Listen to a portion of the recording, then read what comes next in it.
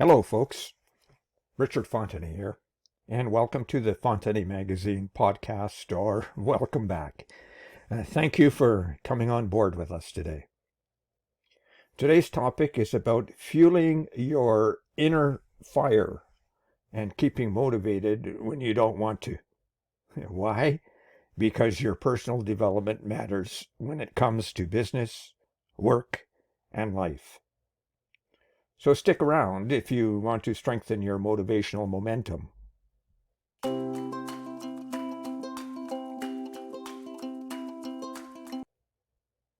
Now, throughout this podcast, I'll be using a business example, but you can substitute the example with any situation you want, whether it's exercising, dieting, or whatever you want to do with it. Now, have you ever been inspired by someone who was successful in business? Maybe you see that business person as a role model. Maybe you were so inspired that you wanted to take action. And you said to yourself, Joe has really motivated me, or Joe has inspired me. And what do? Well, you make a concerted effort for a short period of time to be just like Joe. But dang, the motivation and inspiration doesn't last. Why? Because it is really something that comes from outside of you rather than from inside of you. Your inspiration is out there, so to speak, and not grounded within you. Only when you inspire yourself because of what you do will that motivation stick.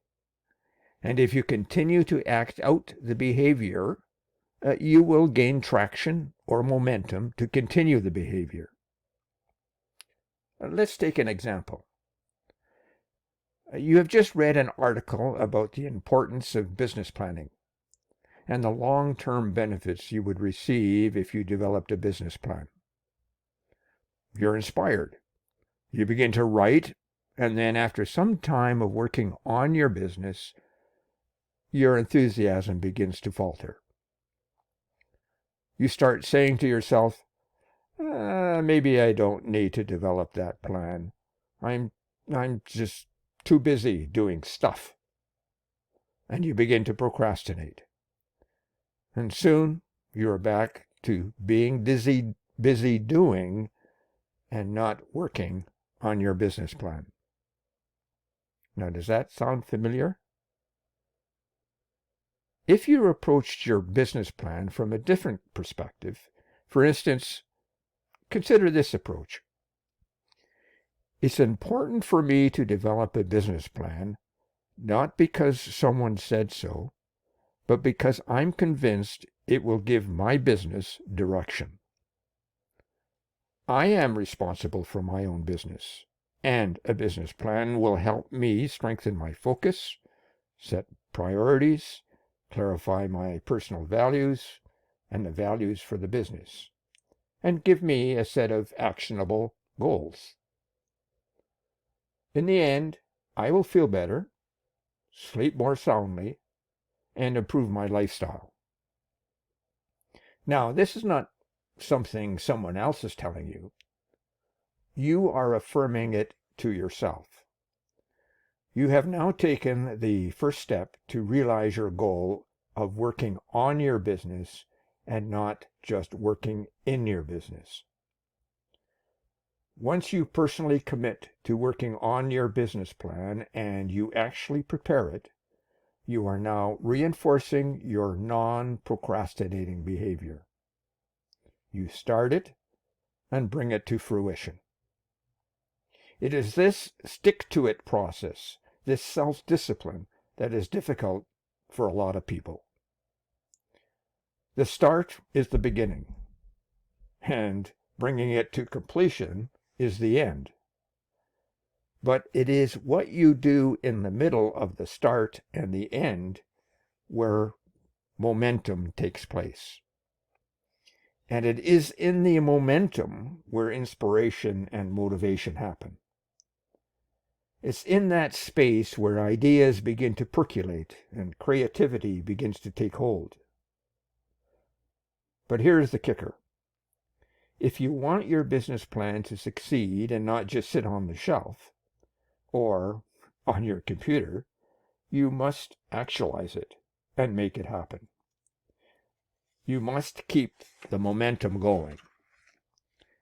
And this is often the hardest part. It is in the actualization of the business plan that you enter the realm of the real momentum. As you actualize your plan, you are moving toward achieving something for yourself. You are inspired and motivated from within. In other words, it is you motivating and inspiring yourself, not someone or something outside of you. You now want to keep going because you are doing something to reinforce your plan. Not only that, as you realize your plan, you begin to see the results of your efforts. So it is not the effort of others that inspires you, it's your own efforts and the results that you're getting that inspires you. Now, let's look at it from a different perspective. When you break a promise to yourself, does it bother you? Normally, when someone breaks a promise to themselves, it bothers them. And this is really what happens. It niggles at them after a while, and they start doubting themselves and wondering if they can achieve their goals. And if you do this often enough, you let yourself down, and your confidence about achieving your goals is reduced. However, when you keep your promise to yourself, you strengthen your self-respect and build up your confidence. And every day that you take action, you are gaining more momentum and more confidence and more self-respect. And as you strengthen your momentum, you are strengthening your stamina and your self-discipline for what you are doing. And from that point on, it is a matter of reinforcing your activity and improving on it.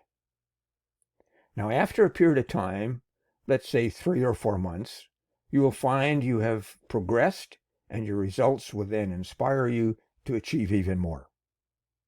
Your motivation is now forcibly coming from within. And this is the motivation that counts. You no longer need someone to motivate you. You are using your own progress and achievements, and you are inspiring yourself in the process.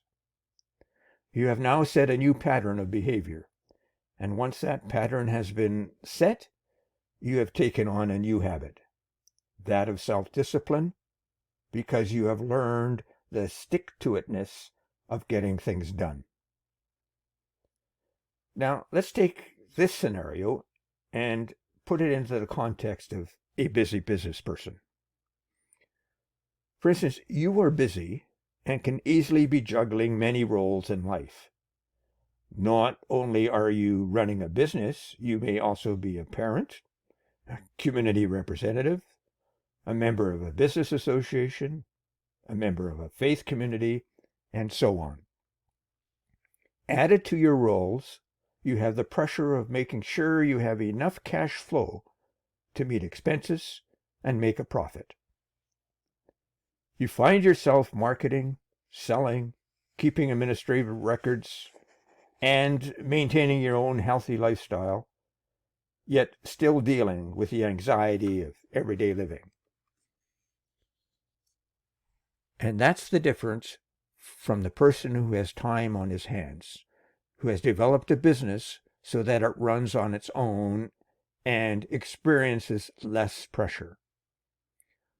That business person enjoys life and is satisfied with himself or herself. Now, isn't that the paradox of life? He who has is often given more. So, if you, as a business person, are not in this situation, you will need to fight for what you believe is necessary and make the commitment to move forward. The words here are commitment, coupled with daily discipline, and reinforcement. And this is true, folks, with whatever we do in life. We need to commit and move forward with discipline. It is less about making comparisons with others and more about doing what is necessary on a daily basis for ourselves until we achieve the necessary momentum to make the difference. Then it is a matter of improving our behavior so that we are gradually becoming better versions of ourselves. And with each improvement, we move forward to a more satisfied self in our mind, our body, and spirit. So in conclusion, we need to be responsible and accountable for driving our own inspiration and motivation and strengthen our self-discipline to make it happen. And that's all there is to it. Now, it is time to start gaining momentum in all that you do. By the way, if you need help in developing a business plan, consider using our Bizwali system. I'll set up a free interview with you to determine if it's a fit for you. I've made a note in the description below. Talk with you again next Wednesday. And don't forget to subscribe to this channel. And thank you for doing that. And check the resources for this podcast in the description below. As always, folks, stay safe, keep well, and continue becoming the best version of yourself. Bye for now.